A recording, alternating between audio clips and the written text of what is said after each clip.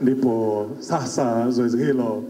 la Mheshimiwa Makamu wa Rais sasa anakimbiza Mwenge wa Uhuru na atamkabidhi kiongozi wa mbio za Mwenge wa Uhuru, ikiwa ni ishara ya kwamba sasa mbio za Mwenge wa Uhuru mwaka 2025 vimeanza rasmi.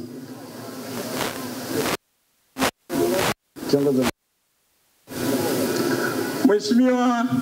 Daktari Philip Sidodi Pango, Makamu wa Rais wa Jamhuri ya Tanzania,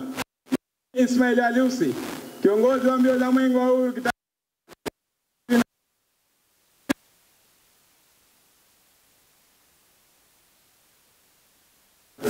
kwa hili vijana wenzangu watatu kutoka katika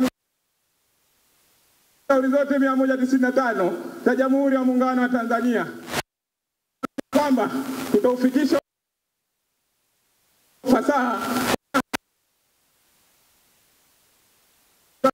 kupitia Mwenge huu wa Uhuru. Tunahimiza amani, upendo, umoja wa taifa sambamba na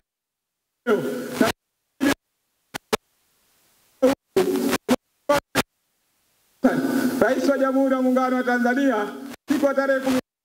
mkoani Mbeya mwaka